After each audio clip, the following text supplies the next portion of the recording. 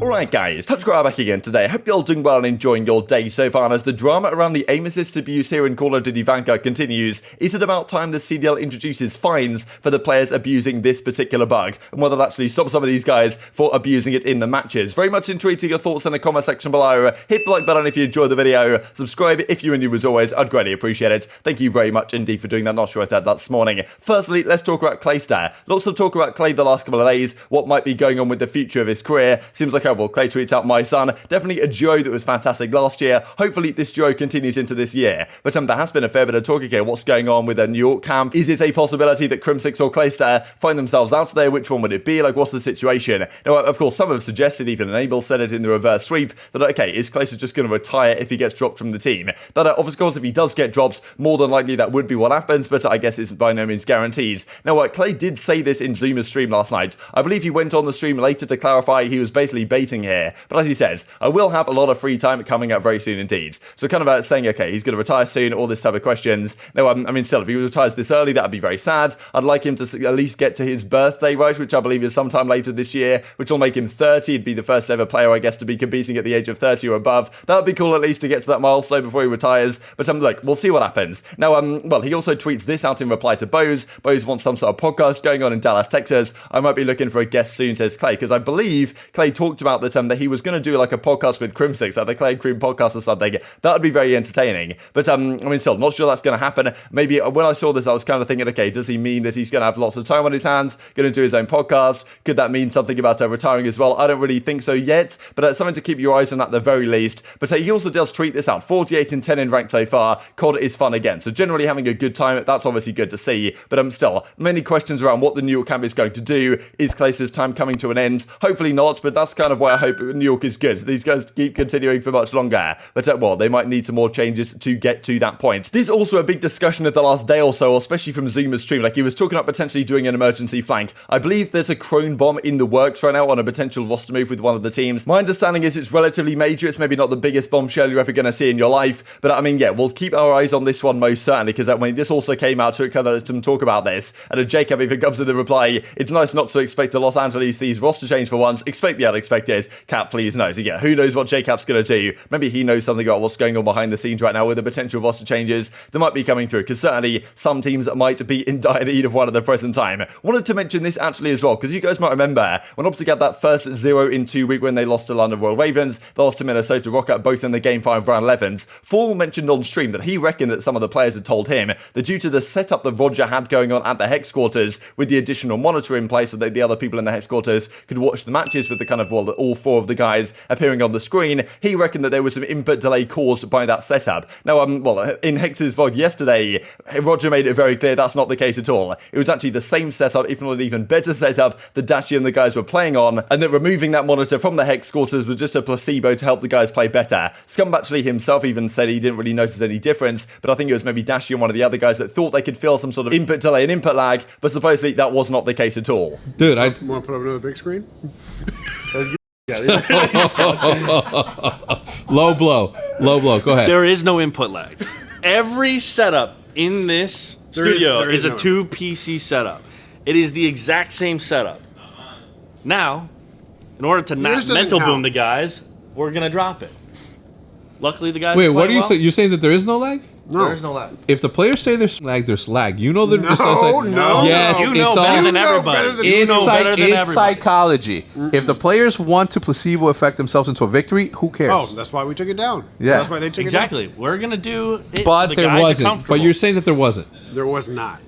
Is there a way to played on the exact same thing all last year? Yeah, but he's and an actually, it's worse. What they played on last year was even worse because they had two monitors that were extended display. How many days were they like? Dude, bro, I even told them, okay, even against better. that, even if there was input lag, the entire week leading up, I said, hey guys, come play from here. If you guys have problems, let me know. Yeah.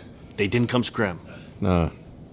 Well, I support everyone, so I think the guys are playing well. That's what matters. that's all that matters, and all it's that all matters. because you took down the TV. All because of the TV. So I guess it makes sense, right, for the OpTic guys to, okay, get out of there from the placebo side of things, make sure the OpTic guys really feel like, they're playing on the best possible so that they can be, and not have that in the back of their mind. So I guess it makes sense. Doesn't really make any difference for us as fans, but of course in the venue, I guess in the headquarters, they would like to have had this additional thing right there. But still, let's go on to this topic of discussion, because it has been a big talking point. Of course, I mean, Teb's using it right here. We saw the clip from Clayster that came out a few days ago. There's been a fair few clips from Cellium as well, trying to use something very similar indeed. The Cellium, of course, sparked the initial discussion, as tends to be the case. There's other pros using this as well. It's not just Cellium, but he's, of course, the name that gets associated with this, and somewhat understandably so. Few things to mention on this topic. Firstly, aBeZy was kind of defending Cellium to some degree with the whole Desert Siege situation, saying that it was actually aBeZy that found that initially, and he kind of told Cellium to use it because Cellium was going to be the best at abusing this type of stuff. But also, Aches was certainly having some word to say, okay, look, maybe we can't just straight up forfeit pro players matches for using this, because, okay, what if they did do it accidentally, or like what if they're trying to hide doing it accidentally? It's a bit of a question mark. But if the CDL comes out and says, look, we're going to fine pro players, if we see Tremp doing something like this, or Cellium doing it, or any other player, Clayster doing it, like, and it's obvious that you're swiping back and forth for information, we're going to drop you a fine. Maybe we start with $500, then second event it goes to $1,000, then $2,000, then $5,000, then $10,000. Like, eventually these pro players, if they're getting caught doing this, well, obviously in this type of way, are going to stop doing it. And it will make big inroads to avoid this issue going forwards.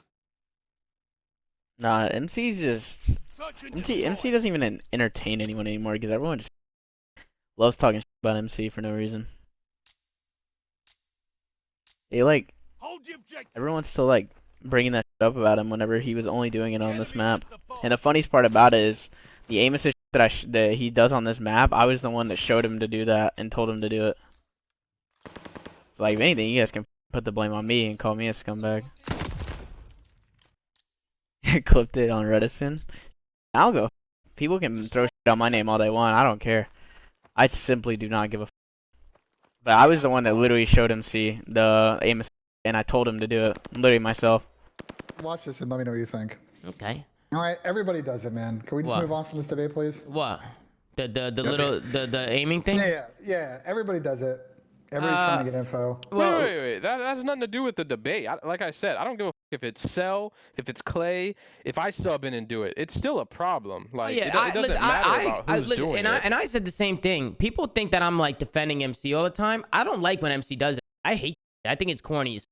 The problem is his name gets dragged when multiple players do it. That's the only thing I used to comment on it. You know, obviously I don't. The reason his name gets brought up so much is because he's just the best at doing like that. Like, it's just how it is. Yeah, he's just really good at it. He's not the only one though. Yeah, he's not the only one. He's not the only one. Listen, I don't like it. I really don't like it. It's cheesy. Swiping, bro, like with no info. Come on, that's gotta go. Yeah. Listen, I don't like it personally. People think I defend MC with it. I don't like it, but multiple people do it. So I don't know. What do you guys think is the solution? They either force a GA.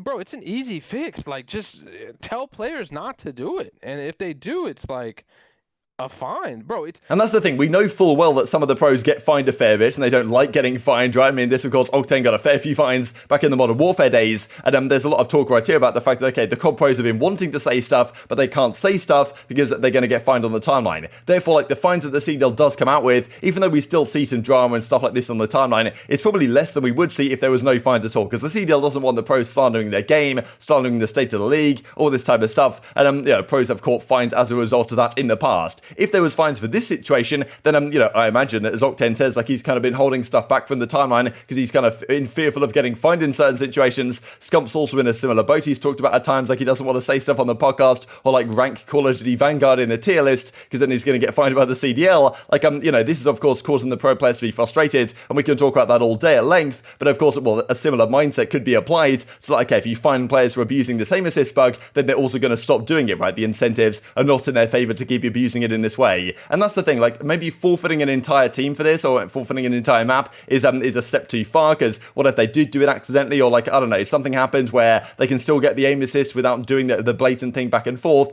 Maybe that would still happen if you find the players, but at least, like, something like this would be a direct incentive for these players to start shutting it down, right? And actually tell the players, look, we're not happy with this, it's not looking good on you, it's not looking good on our game, like, it's time to stop effectively. Maybe that's something they might go down the route of. I guess we shall see on that front. This also for Major Maniak Maniak and Simp just thought I'd mention because, I mean, yeah, lots of talk really about wishing there was the firing range back. If you guys played Advanced Warfare or World War II, the two games that Cellium came out with before this one, they had a firing range mechanic where when you were testing out your weapons, you can actually use them in like a firing range. It was basically just some targets would come up and you could shoot them. But Advanced Warfare, especially, that they had a fantastic one. World War II was also pretty good. And this year has been the first Cellium title, I believe, not to even have one. So people really love the firing range. It used to be so much fun. It was good to warm up for games as well, just to kind of warm up your shot a little bit. When, you know, of course, you can't really do all that much in the pre-game lobby to warm up for the game until you're right in there playing. Certainly something it seems that these guys would like to have back in action. Speaking of Simp as well, using current and former pros build the perfect CDL SMG. I believe we talked about the AR one a couple of days ago. We've got to talk SMG. I think the easiest one to start with is probably movement, and I think you've got to say Shotzzy. Now, I mean, look, gunning and routes are pretty interesting. So to me, I think gunning, I might say aBeZy, just because, I mean, yeah, I think just pure gun skill, aBeZy's got to be, maybe, well, obviously aBeZy and Simp. Like, aBeZy and Simp, they're the number one, number two SMG in the game, like, no doubt about it. Have been the last several years. Like, I feel like you kind of have to put them on here. So I think I'd give gunny to aBeZy just about, and then I'd probably give routes to Simp, actually, because I think that's an underrated element of Simp's gameplay. Like, he's not just a slaying SMG, like, he makes incredibly smart decisions of where he moves to on the map, and he makes his gunfights so easy because he's just always perfectly positioned and always generally helping his team. So I think I could probably get aBeZy, Simp. I mean, we've got Shotzzy right here, and then clutch factor is an interesting one. I guess thinking about former pros as well is quite interesting. I guess Karma wasn't really an SMG, but I guess he kind of was at times, so you could consider him. I think I'd probably have to, well, maybe put Scump in the clutch factor because he definitely has a few memorable clutches down the line.